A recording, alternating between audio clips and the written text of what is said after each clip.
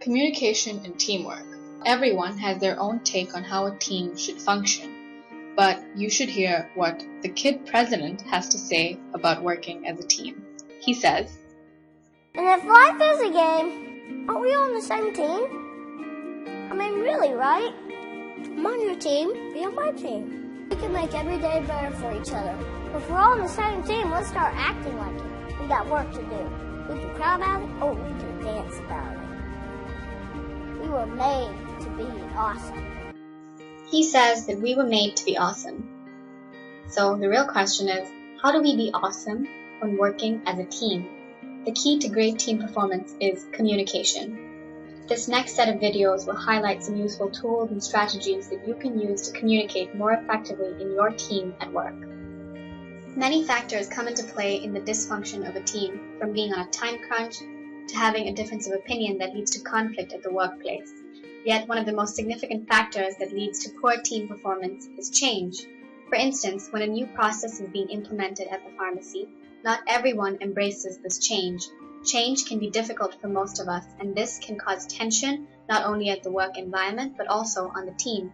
Luckily, we can avoid this sort of tension as long as we use a structured method when implementing a new process at the pharmacy.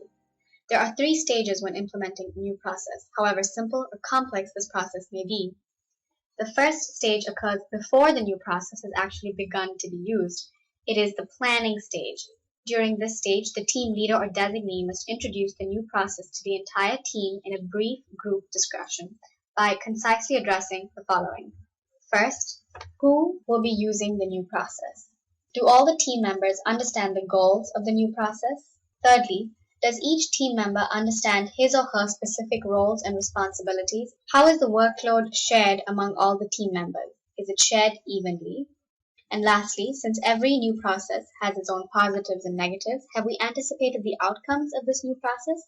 Do we have contingency plans devised? The final, yet the most important part of this first stage is showing the team members how this fits in with the bigger picture. How does this process fit in with the vision and mission of Johns Hopkins Medicine? And now we move on to the next stage of the change process. The second stage is the actual implementation stage. This is also where we come across some minor hiccups along the way and discover how to resolve them.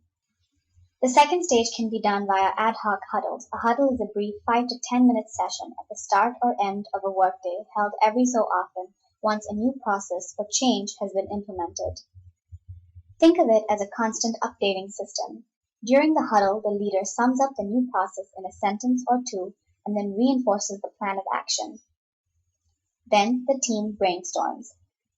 Everyone considers how the process is working so far, good, not so good, and if there are concerns, then the plan is assessed to see if any changes need to be made to the new process. The third and final stage is the process improvement stage. It's a debriefing session, a time for information exchange in order to improve team performance and effectiveness when going through a new process. Here are some questions to consider during this reflection period. Was the new process communicated coherently? Were your roles and responsibilities understood clearly? Do you believe that the workload was distributed evenly amongst you and your co-workers? Did you ever ask for help? And if you did, was it offered? Did you make any errors? If you did you report them? Or perhaps you maybe avoided some of the errors that you could have made? Were all the necessary resources available? Is there room for improvement? This feedback session is most effective if done in person and all stakeholders are present. Opinions on the following could be voiced, perhaps during staff meetings. If team members are intimidated of speaking at such settings, you could have a suggestion box placed at the pharmacy where notes to the manager can be dropped off. So that was a handful of information, but feel free to refer back to your handout whenever necessary. Here's a quick review of this change or new process implementation tool. Stage 1. Before any change occurs, first plan the whole thing out. Discuss with your team members the who, when, what, where, and why. Stage 2.